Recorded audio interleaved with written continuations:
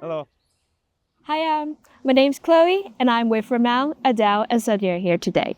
Now, with all those rapidly developing technologies, you must have heard of generative artificial intelligence. Today, we're exploring the top 5 things you need to know of using GenAI in your life and studies. First, be critical of what GenAI tells you. AI-generated content can be misleading or inaccurate. It may sound 100% convincing and confident, but remember, AI doesn't really think like a human. It relies on a database that's often wrong or incomplete.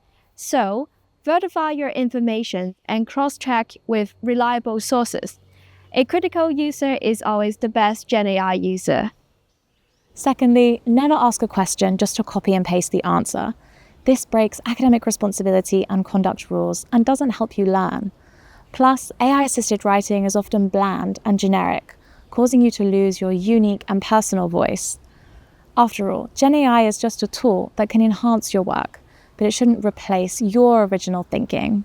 Third, learn how to be a skilled user of GenAI. The quality of AI output depends on how well you organize your question, the way you talk to AI, and how well you adjust and edit your prompts. Don't forget, at the same time, you can customize it in the setting menu. Be patient and try different approaches, see which works best. Also, there are lots of useful advice out there. Try to look it up. Fourth, be aware of data privacy. When you input data into AI tools, you're training the model with your personal work and your own information.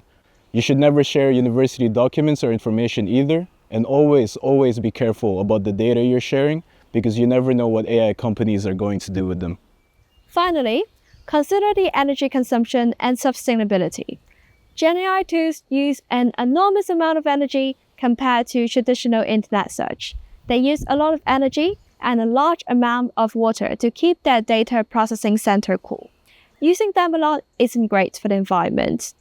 So, balance your use of AI with other resources to minimize your carbon footprint. By keeping this tip in mind, you can use GenAI effectively and responsibly in your studies and life.